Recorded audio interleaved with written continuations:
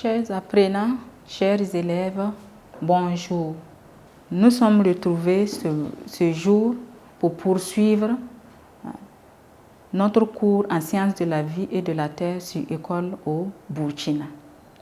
Pour aujourd'hui, nous allons aborder la deuxième partie, géologie, qui est l'étude des vertébrés. Et plus précisément, nous allons aborder le chapitre 1 sur cette partie qui porte sur l'organisation générale du corps des vertébrés et en guise d'exemple, l'homme. Première partie, deuxième partie plutôt.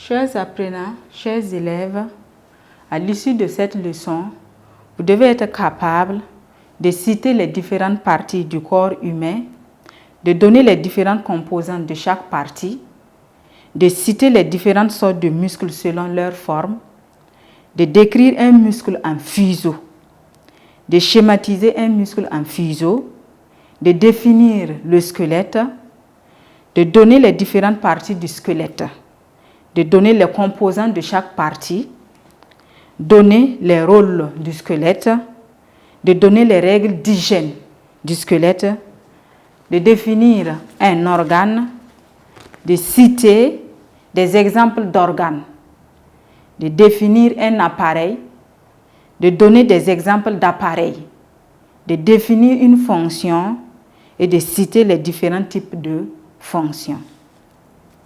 Chers élèves, chers apprenants, sans plus tarder, nous allons aborder la première partie de ce chapitre intitulé « Organisation externe ».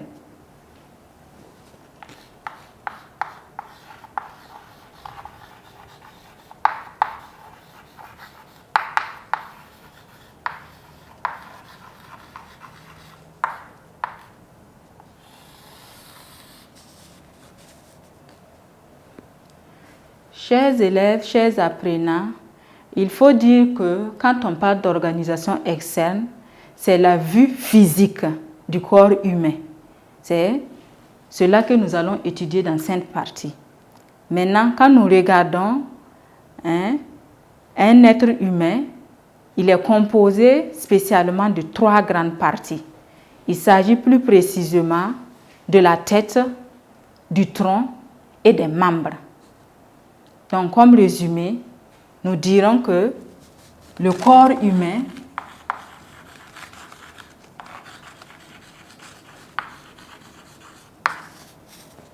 comprend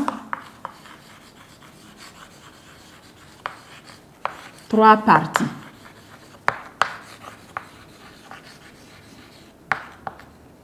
Qui sont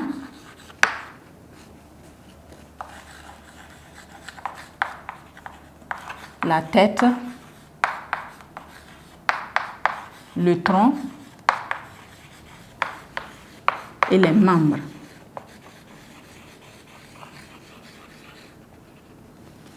Chers apprenants, chers élèves, nous allons étudier ces différentes parties-là cas par cas. Donc, en premier point, nous verrons la tête. Donc, petit 1, la tête.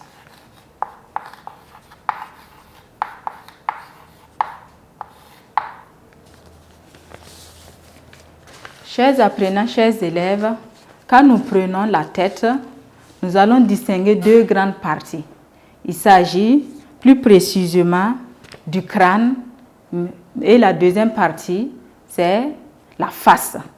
Quand nous prenons le crâne, il est précisément recouvert par les cheveux. Et la face porte la bouche et aussi les autres organes de sens. Donc, comme résumé, nous dirons que la tête comprend deux parties.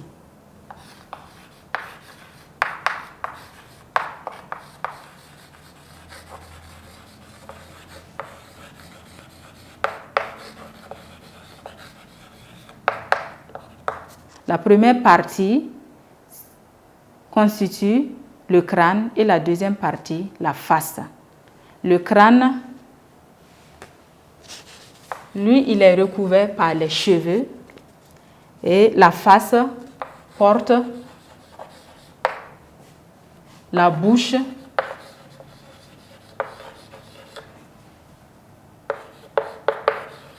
et les organes de sens.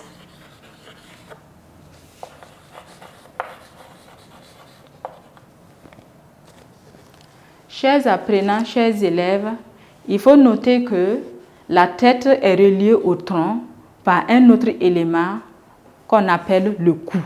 Donc nous pouvons ajouter cela en disant que la tête est reliée au tronc par le cou.